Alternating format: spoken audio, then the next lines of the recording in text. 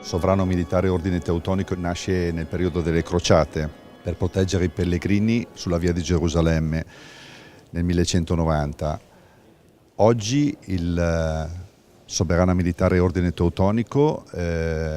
torna agli antichi splendori con una sentenza di sovranità ricevuta nel Regno di Spagna nel 2014. Oggi qui a Mantova, nella Basilica Palatina di Santa Barbara, verranno consacrati nuovi cavalieri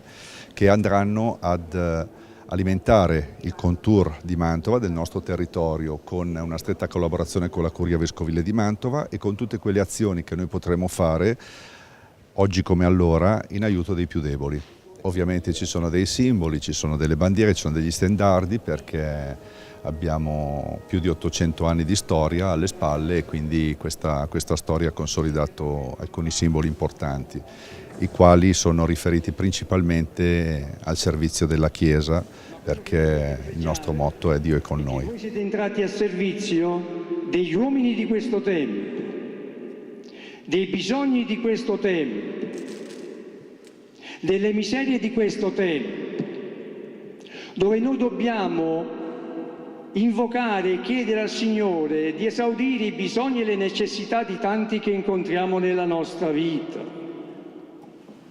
In nome della Vergine Maria, nostra sovrana, per San Michele Arcangelo, difensore della Chiesa tutta, e per San Giorgio, patrono della cavalleria,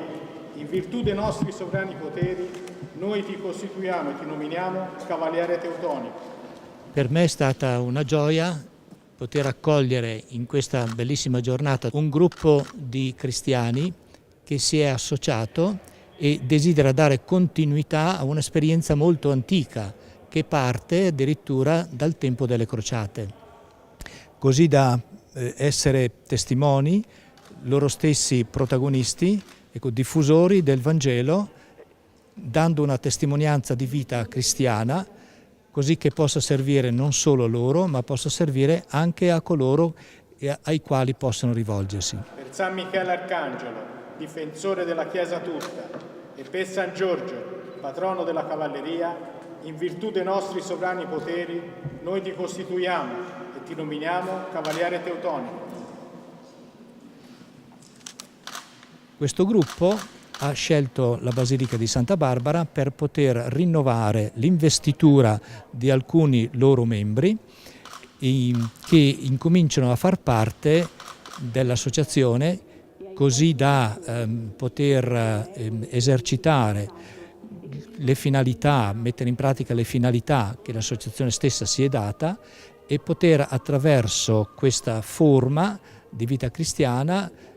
maturare sempre di più nel cammino del Vangelo e nel cammino della testimonianza anche verso la società in cui viviamo. E noi auguriamo a tutti loro di poter vivere intensamente questa loro esperienza e di poter conseguire le loro finalità.